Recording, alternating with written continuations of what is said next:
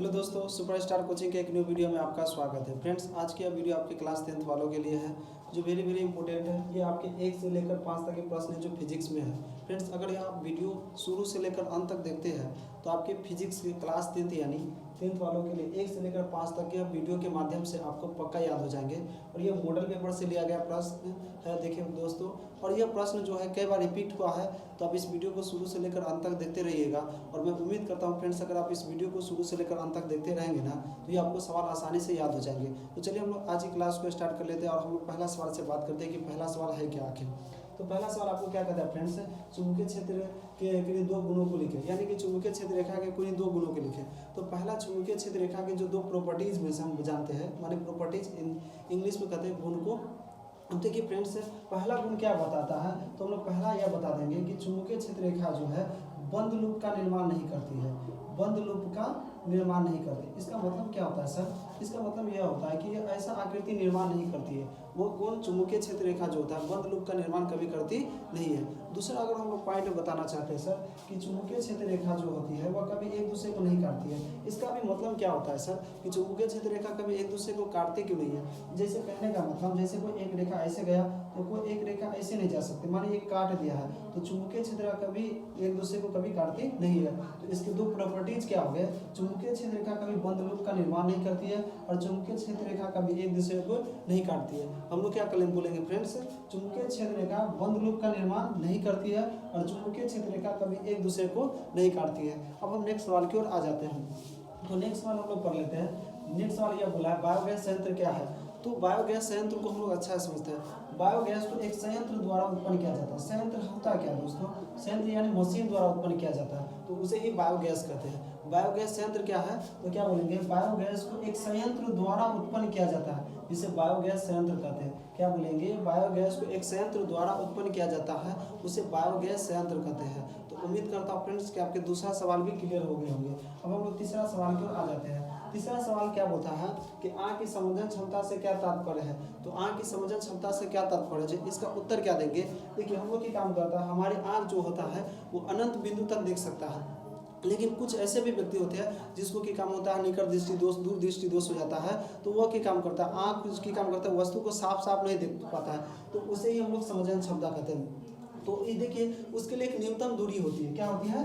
न्यूनतम दूरी होती है कि वह इतना ही दूरी तक देख सकता है। तो जिस न्यूनतम दूरी तक आँख वस्तु को साफ साफ देख सकता है, जिस न्यूनतम दूरी तक आँख वस्तु को साफ साफ देख सकता है, उसे आँख की समझन क्षमता कहते हैं। क्या बोलेंगे फ्रेंड्स, जिस न्यूनतम दूरी तक आँख वस्तु को साफ साफ देख सकता है उसे आँख की समझन क्षमता कहते हैं। लास्ट ऑफ द पॉइंट क्या बोलेंगे फ्रेंड्स, इसकी परिभाषा क्या बोलेंगे, जिस न्यूनतम दूरी तक आँख वस्तु को साफ साफ देख सकता है उसे आँख की समझन क्षमता कहते हैं। अब हम नेक्स्ट सवाल की ओर चले आ रहे हैं, यानी कि 4th नंबर सवाल। 4th नंबर सवाल आपके कहते क्या है, यह बोलते हैं उत्तल लेंस तथा अवतल लेंस में क्या अंतर है। तो देखिए फ्रेंड्स, ये आसानी है और इसको रटने की कोई जरूरत है, इतना हौला हौला प्रश्न है और 10th बोर्ड एग्जाम में आते हैं। बताइए हम लोग इसको छोड़ के कैसे आएंगे।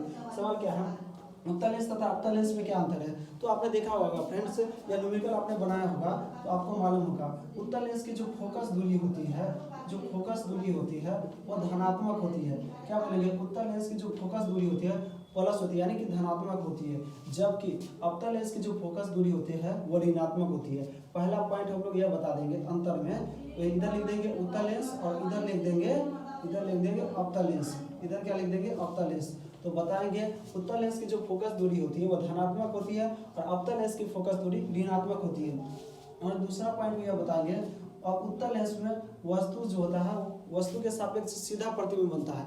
वस्तु के जो सापेक्ष होता है वह सीधा प्रतिबिंब बनता है, प्रतिबिंब, यानी कि यह होता है और प्रतिबिंब बनता है।